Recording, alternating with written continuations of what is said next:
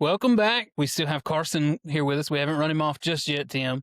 If you listened to last week's episode, there were some really heavy moments, and it was an amazing story just to be able to sit here and listen.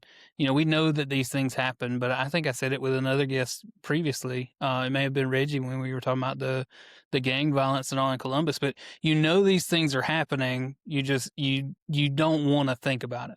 Right. And it's so much easier for us because we don't have to live through it and experience it. So, Carson, just again, I appreciate you being open and sharing with us, kind of what led you to the point where you're at now. So, just to quick recap, catch everybody back up. You have served in the Rangers for 16 years. Mm-hmm. And married to a lovely wife, Brittany, who works with Tim and I. Have 4 awesome sons. One is currently serving, and we're so proud of him as well, and praying for him daily. And then 3 more, pretty young, still at home. One is Nay's age, so they go to school together. You guys came to Nay's birthday party this past weekend, which was awesome. I laugh because Carson has a cane and it helps him get around. He looks like he's moving slow. And he comes and sits down next to me at the birthday party, and we're talking and all. And 5 minutes later, I look up, and he's standing on top of this 20-foot high jungle gym made out of rope that spins. And I'm still paying for it. And his wife just takes off running at him. I'm like, it hurt me just looking at him climbing up there. I'm still paying for it. I'm sure.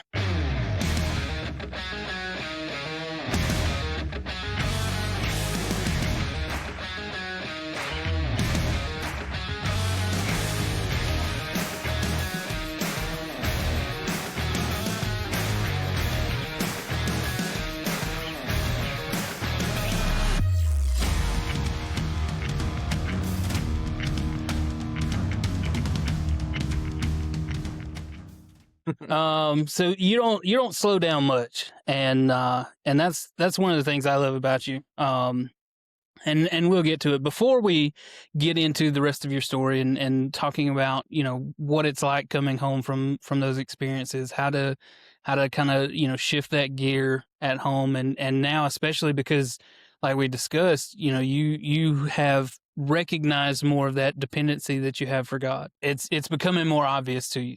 Not that he hasn't been there with you the whole time, but it's becoming more obvious. So we're going to kind of transition to more of the home stuff. But Tim and I have a gift for you. And I don't know why I didn't give it to you on the first episode. But that's for you from Tim and I. I don't know if you want to open it. I promise it is appropriate. I didn't let Tim pick it out. I thought it might be one of these. Yeah. So now you're. I heard a story that you're not you're not in the cool kids club at church if you don't have a Gospel and Gradebooks cap. So that is true. I've seen these sported around for some time now, and can we be a little bit honest and tell everybody that this is actually your second one? We can one? absolutely be honest and tell them. So this one I'm taking out of the box. There you go. So that's why I wanted to give it to you here. I wanted to. So it's visible now. So when I text Carson a couple of weeks ago and asked him about coming on the podcast, and he said, "Yeah, I'd love to, but I gotta get me one of those hats." And I was like, well, done, taken care of. So I ordered him a hat. It comes in. I brought it to him at church, handed it to him in Sunday school. Hey, here's your hat. He was excited. Yeah, thanks. About it. I took it straight and put it in the van. Yeah. Next thing you know, I get a phone call at my desk. We've got a problem. What's the problem? Well, kind of box that hat up and set it somewhere where the other boxes been disposed of, or putting it's a problem. Yeah. So your lovely wife and at least one of your sons were throwing away a bunch of cardboard and threw away the box that contained the brand new Gospel and Gradebooks hat. So if you find one, let us know. Tim and I will we'll autograph it for you and everything. She told me that story. She's like, "You don't believe what I did." Yeah. So second hat. You never even got to put the first one on, did you? Never got to put it on. I opened the box and looked at it and went, "Wow, I'm going to wear this and then I put it back in the box to keep it safe. And it was totally safe. It's probably still safe in a dumpster somewhere. I'm glad we were able to make that happen. So Brittany, he got his hat. So we had asked you about, the home side of things, and you shared some of that, and left off the last episode where you had kind of really brought Brittany up to speed with what it was like, the things that you saw and experienced, and how did that change your relationship with her, your relationship with God? Did it immediately, or was it something that later on, looking back, you're like, okay, that was a real moment? Yeah, I think that it's looking back. There wasn't like an aha moment. I think that's when I started, you know, actually applying the things, that are taught in that we learn from the Bible, and how we should, husband our wives. I think that's when I started applying those things, and I think that's where we saw the most growth in our relationship. 'Cause shortly after that, she was able to say to me that she needed an emotional break from, all of the deployments, all of the training, all of the going, and all of the wife friends that she lost along the way, from those hardships that those men were experiencing. Um, and so that's what we did. We took a break. I volunteered to be an instructor, and that's what brought me here, back to Benning. Um, and then you know, I was be able to be home a lot more because it's a non-deployable part of the Ranger Regiment. And we instruct, we have the RASP program, the Ranger Assessment Selection Program, and then coupled with that we have CERT, which is Small Ranger Unit Tactics, and that's the pre-Ranger course. So one of the requirements is after you become a Ranger in the 75th Ranger Regiment, you have to go get your Ranger tab. You have to go to Ranger school. Well, we have a 3-week program that you run through, and we teach you how to pass Ranger school, how to do well, how to be successful. So I was an instructor there, and during that time, I was able to grow and develop the relationship with my wife. It was a difficult time. That is when she was pregnant with our last child, um, Benjamin, and it was a difficult pregnancy. And during that time, we were struggling to find a church. Um, uh, we weren't happy. We bought a house in Columbus. We weren't happy with that house. There were problems with it. There were relationship problems with between Cade and his birth mother, and there was just problems all around. And so shortly after Benjamin was born, I said, "We're moving." And I say that because your wife will give you an idea and say it's your idea, but it was actually her idea. So it was actually her idea, but I say it's my idea. And we moved to Salem, Alabama, and found Concord, and that's where it became intentional, developing my relationship with Jesus, my relationship with God, and coupling that with my marriage, coupling that with being a father, coupling that with being a senior military leader, and juggling those different hats can be extremely challenging.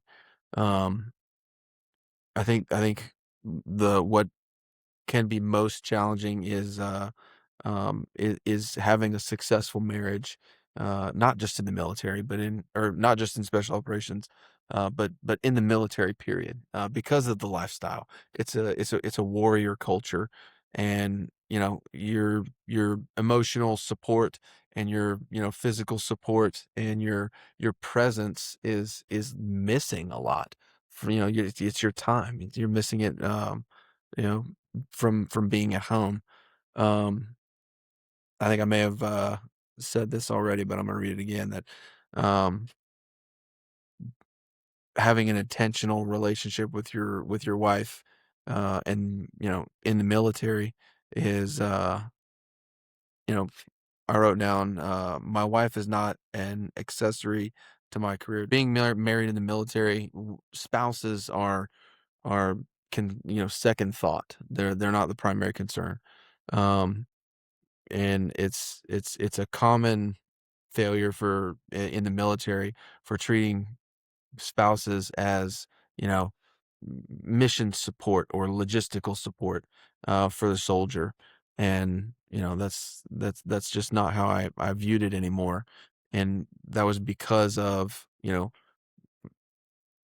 prayer. That was because of, going to a class that at Concord that is unlike any class that I've ever sat in before. There's student teachers. You know what I mean? I signed up to teach a class, and who am I to teach a class? It forces everyone to learn more about the Bible, and that's how you learn it, right? So like repetition, we talked about, Rangers being the best and doing things with their hands and weapons that, no one else can do. Well, I think that's what we're called to do as Christians, is, you know, to do things, with scripture that, no one else can do. We're supposed to have it written on our hearts. And, you know, I, I have trouble remembering what I had for breakfast. So it's difficult. Another one of the difficult things that, being married in the military is, husbands and fathers feel guilt about their absence. Um, and um, I think a balanced, Christian perspective is to maximize the quality of time. Maximize the quality of the time that you have to maintain consistency. So being that consistent support. So we talked about switching gears and being able to transition peacefully um, to that role it can be challenging, but I mean, not if you follow what's written down in the Bible. Um, it's, I mean, if you read it, you do what it says and it works. I'm a living proof. Um, uh, I think creating emotional safety and remaining spiritually present when you're there and when you're separated. There are times where it's not in your control. You have to go to this training thing, or you have to go to this you have to spend a week or two over here. Um, I think maintaining that relationship with intentionality is the only way that you're going to be successful. Um, I think s- military families often wait until the damage from any emotional neglect or family neglect. I think they wait till the damage is done or appears before they start doing anything about it. Um, But if you have intentional communication, if you have prayer, if you have honesty, if you have, humility, right? Because it's difficult to be, this leader that, all these guys look up to. You're supposed to be the know all be all. You have the answers, maintain composure over everything. But then also coming and, listening to how your wife's day was, and listening with intentionality. um and there are times, there's difficult times in every marriage, and sometimes you need to seek counseling. Sometimes there's outside voices or outside perspectives that you need. And um and sometimes you need the counseling, and sometimes your spouse may need the counseling. But being open, available, supportive, and dependable in those times is one of the ways to be successful. Um, Setting boundaries and emotional discipline. I think as men, we're openly allowed to have like two emotions, right? We're allowed to be angry and we're allowed to be okay. I think having the emotional discipline um to not only not control, but be able to have those feelings and have the maturity to understand that, that I don't know how to That explain it it anymore. doesn't make you less of a ranger Yeah, to feel it those things. doesn't make you less of a man or less of a, because everybody feels that, right? Like you're designed to feel that. Or you wouldn't be feeling it.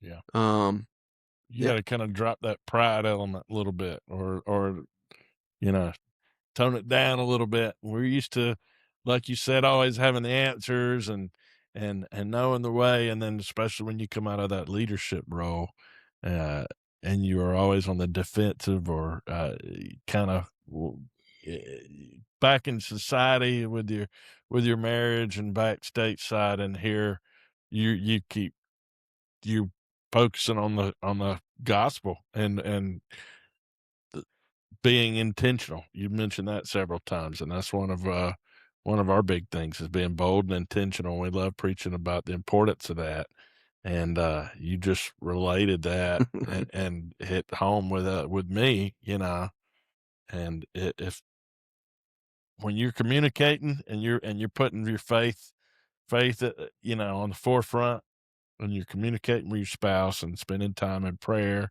and being intentional with your time, things are gonna turn for the better. Things are gonna, it doesn't mean this is gonna be all smooth sailing, Mm-mm. but it's No, overall. nowhere in there does it say it's going to be smooth sailing or easy. In fact, it's pretty much the opposite. Yeah. You're gonna struggle. There are gonna be times of great hardship.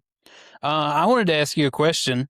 Um, what is one thing that you think you took from the army to being a husband or a dad? Like, what's the one thing that you learned in the army that you see yourself using when you're parenting your boys or Mm. when you're talking to your wife? Oh, I would say there's two things that translate directly, I think. Um, One is it is that emotional discipline, right? That ability to maintain composure in absolute chaos, right? So we talked about my boys and how they are pedal to the metal all the time. I mean, we have a rope swing in our living room. Um, That's cool. yes, I mean, like I wanted a rope swing in my living room. When I was growing. Yeah, Yeah, I'm gonna have to find out about that. I mean, you just bolt it to I have a picture of him that she sent me of him hanging upside down I thought that like was Spider Man AI. from it. I thought that was AI. No, that was real. That's Carson. Yeah, yeah, that was me last year, not this year though. Um, yeah, emotional discipline. I feel like that translates, right? So like I can recognize one of the things that the 75th Ranger Regiment is known for is its after action review, right? So anytime that there's a training event, there is an after action review. Anytime there's a mission, there's an after action review, which is where we all sit around and just like they do on ESPN, we talk about the game. And we talk about all things that went right. We talk about all things that went wrong, namely the things that went wrong. That's just what we do. And it creates a thought process of, okay, I did the thing. What did I do wrong? How can I do it better? How can I do it better? So having that thought process in, oh, I just said the wrong thing or reacted the wrong way or, you know, um, I'm going to use an example from quite literally yesterday. I was having a phone conversation with someone who we don't have a good relationship with. Um, and my wife walked in, and the person on the other phone was like, "Oh, all right, well, let you go." And then that she did that intentionally to rub my wife the wrong way. And you know, while I didn't do anything wrong, there was an emotional reaction from my wife, And how I reacted to that initially would have been, why is she mad at me? Because that's the, aggression coming outward hits everybody. It doesn't just hit the person you're mad at. But the ability to stop, wait a minute, let's look at all of the things. And I think that comes back to emotional maturity and emotional discipline. Being able to manage that emotional response and apply it to, like, a deliberate decision-making process, right? So emotional discipline and decision-making process, like structure and decision-making process. So you haven't taught the boys how to make their bed with sharp corners? Absolutely not. No, there will be no bed making. No bouncing nickels off of it. No. My entire life and my entire military career, I never saw the point in making a bed. I've heard that guy on YouTube talk about making your bed, clean your room. Now, while I do like the room clean, I like the room clean so I can walk around it. You know what I mean? Like, if there's stuff everywhere, you're not gonna be able to walk around. I like to be able to walk around my house. But making your bed, just gonna get back in it. What about the opposite of that? Is there something that being a husband or being a dad, maybe even more specifically, that you carried back into your time in the military? Yeah. I think when you open yourself up to faith, open yourself up to prayer, open yourself up to love, which is not in any military handbook anywhere, by the way. Probably against being vulnerable, right? Yeah, vulnerability, or dependency, like emotional dependency. I'm gonna be the last one to admit it, but I'll admit it here, I guess. There is an emotional dependency, on your family, on your wife, on your children. But I think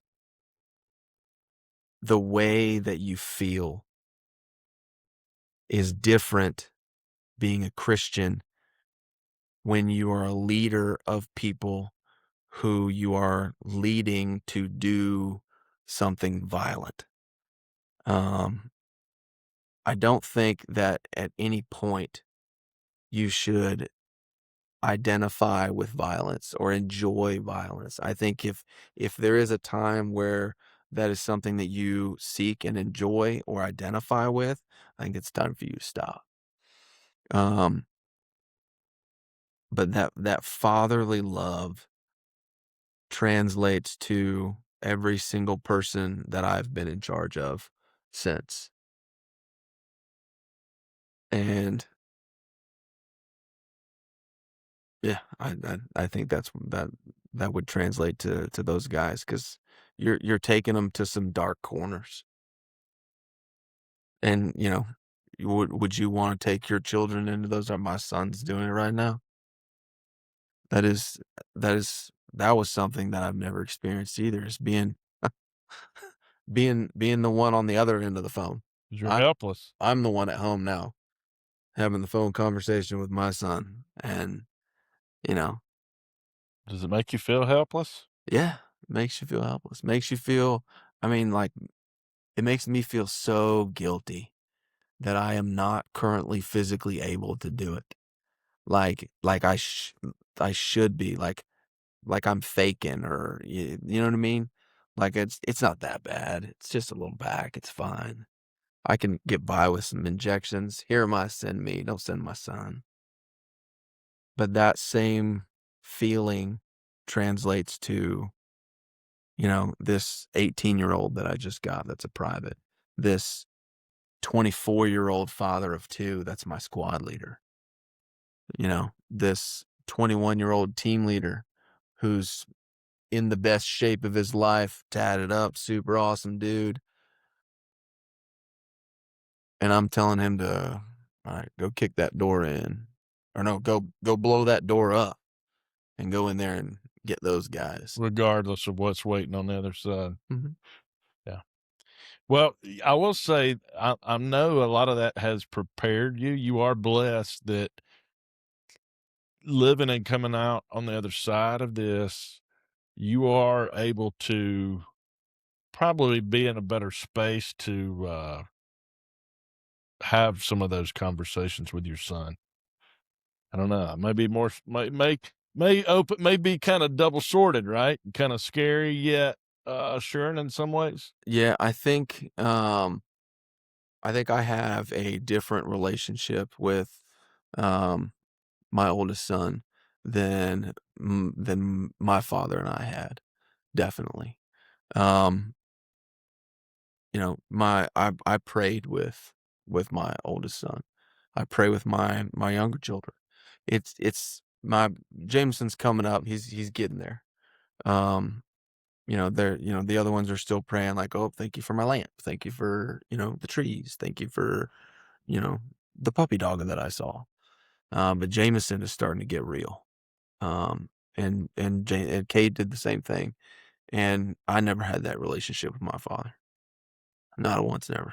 Well, kudos to you for being bold with your faith and sharing that. That'll make that's planting those seeds in them. Tried to, Yeah, you are. because I experienced Right. it. I experienced being lost. It's not fun out there. So We don't. This doesn't have to make the cutting room floor, but you mentioned your back. Can you share any of that? Whether you open to discuss? yeah, no. Um, so over the years, I've jumped out of planes. I've jumped out of helicopters. I've done it with a parachute. I've done it in the water. I've shot rockets. I've shot mortars. I've shot lots and lots of mortars. I have breached doors. I have blown up walls. Um, I've been an instructor while other people were blowing those things up. And being around all of those explosions and jumping out all those aircraft, and really maintaining the level of physicalness that you need to be a ranger, has worn my body down. And you don't choose when or where it breaks. But my body has decided that it's had enough. So my back, there's three spots in my back that are the discs are pushing out, not doing what they're supposed to do. Um, so yeah, they're gonna. It's not happened yet. It's not official. But the doctor has said that he is going to recommend for medical separation, and that was from just the back stuff. I'm also dealing with some migraine issues. I'm starting to get it under control a little bit. For a while there, it was every day. Was migraines. There were times that I would be, and I tried to hide it too, right? Because the ranger culture is very, no, you're fine. Get up, let's go. But for a while, I was getting some Toradol injections every training event, sometimes multiple, just to make it through the training event. But you're not supposed to do it for extended periods, and that's what I was doing. And I was migraines are so prevalent in our community that guys around me would have rizatriptan, zolmitriptan, other names that I don't remember that are migraine medications, and I would just be like, yeah, let me get one of those. But it became unmanageable. There were times that I would be stuck. I couldn't drive because I couldn't see straight, or I was on the side of the road throwing up from a migraine. So it became unmanageable, and I could no longer just get by. Uh, so in hindsight, I wouldn't change anything that I've done, because you can kind of steer your military career. I would have steered it, in a little bit different direction earlier, rather than later. But you know, here we are. So now I walk around kind of hunched over, and occasionally when my son decides he's safe on top of the merry-go-round, I'm gonna climb up there and let him know he's not. I'm still gonna come get him. but then I just pay for it for the next 4 or 5 days, sometimes a week and a half. I mean, I can't imagine what you've gone through, and again, not for yourself, but for your loved ones, and for your country. I want to say this. I want to shift gears for just a moment, because there's a lot of heaviness, and you've seen and done and been through a lot. And you look at Carson in particular, when I first saw him at church, you understand the type of man he is, right? He kind of has that, the word the kids use these days is aura, right? He's got that certain light about him that that he is not somebody to mess with, right? He's serious, he's intentional. But this is the same man who jumps in and goes to chaperone youth camps, right? He's singing, smiling, wearing face paint, worshiping. He's, talking to kids, playing games with kids at church. I mean, it's so amazing for me to watch, just knowing, some of what you've been through and what you've experienced in the world, and how you're able to still be, I mean, just such a kind, caring, compassionate, godly man at church for these young kids, especially to see. It's mind blowing. I had texted your wife today, and I asked her, hey, what are some things that we need to make sure we talk about? What should we ask? And true to Brittany, she sent me like a novel, right? The messages would not stop. Yeah. And she's describing these things, obviously not, in full detail, but she's like, you need to understand that what he's seen has been heavy. There's been some really dark and difficult times. And I'm like, yeah, but man, Carson's always laughing at church, right? He's always with the kids. He's always playing and cutting up. He's right there worshiping with the kids. It's just, I don't want to say it's two different men that you see, but it's like you're able to fill both roles. And I just, kudos to you, because it's so encouraging to see that you don't have to pick one side or the other. Right? Again, kudos to you. It's so much fun to watch and see happen. Well, I really appreciate that compliment. But I will also say that children are a soft spot for me. Another time that I was absolutely blown away was a time that I was chaperoning for a kids trip, and I don't know if you've ever just watched a child worship.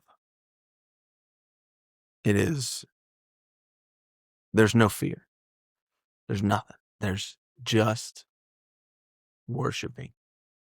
And that'll set you back. No fear. Hands up. Singing, praying. Not worried about what the people next to you Not think. worried about. Nope. We could all be so innocent. Well, I mean, that's, Jesus calls us to come to him like kids. Yep. Faith like a child. Mm-hmm. I love it. I see it in my daughter's eyes all the time. And we had her on it'd be 2 weeks now, but just that joy and the easiness. I think, Tim, you asked her, is it harder or easy to go to heaven? And she's like, no, it's easy. Just love Jesus. And I'm like, dang, that's right. Yeah. I think, children are a soft spot for me. So I mentioned, I was younger when I had Cade. And that relationship didn't work out, moved on. But a man's brain develops, until he's, in his mid-20s, sometimes a little bit later, it depends. Tim, how old are you? Yeah, real funny. But I was still a child when I had a child. So when I developed into, and this is just my theory, but when I developed into my adultness, I was already a father.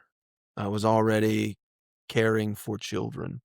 I was already in that state of mind, when I developed into my adult brain, and that's my theory. But I think it also put me in a unique position to be a father figure, not just to my children. And I feel like I'm like patting myself on the back or tooting my own horn. Um, but I think that's what I've tried to be. Uh, is a father figure, an example, someone who's dependable. Um, and I don't get me wrong, I consistently fall short in all categories. We all do. But yeah, I think that has given me a unique perspective on children and fatherhood, and what a man should be, how a man should act. Um, yeah, I think he should absolutely be able to, play with his children, be affectionate with his children, but also be, someone that they can, stand under his wing and he can protect. I like your theory. I think there's a lot of truth to that, and it might explain why you have a rope swing and hammocks in your living room. You were a kid when you became a man, and carry that on. Does that approve me to put some hammocks in my living room? That's between you and Miss Lori. I don't know. It's really I don't think your brain has matured yet. So it's really easy. Carson, Although I can. hammocks aren't super comfortable anymore. Yeah, especially with a bad back. That would be Yeah. the trick. A lot of people don't know the trick laying in the hammock. You got to lay, feet on one side and your head on like the other. sideways, Diagonal, yeah. Yeah. And especially in like the newer hammocks. What's your favorite food? Food that I did not have to cook. Steak or potato? Steak or pizza man? I enjoy both. Generally, we don't have steak in my house because no one in my house likes steak except for me. Man. My wife is a pepperoni pizza fanatic. We have it 2 nights a week. Where do you get your pizza from? One 2 nights a week. It all depends. Am I buying or am I buying for my wife? All right, you're buying for her. If I'm buying for her, it's Domino's. The wife ain't happy, ain't nobody happy. It's a very specific configuration. There's a lot of science that goes into it. Chicken and pepperoni and no, it's not spinach. No, I think it's spinach and feta. All right. White sauce, not the red. What about your pizza? Very Where are you specific. getting one from? I usually get it from Little Caesars because it's the cheapest. I got a new favorite around town. I like sweet and I like spicy. And I will tell you, at Your Pie Pizza, they've got a sweet and spicy or hot honey pizza. And it's the best, man. Hot honey and on your pizza. Your Pie, where's that at? Downtown Columbus. Ooh, good stuff, man. Yeah, you can like literally build your own pie. Yeah. So, Carson, what's next? You got a bag that's a work in progress. Mm-hmm. Hope to be soon. Yeah, I'm hoping to get some electronics put in there so it zaps it straight. I guess I don't know how it works.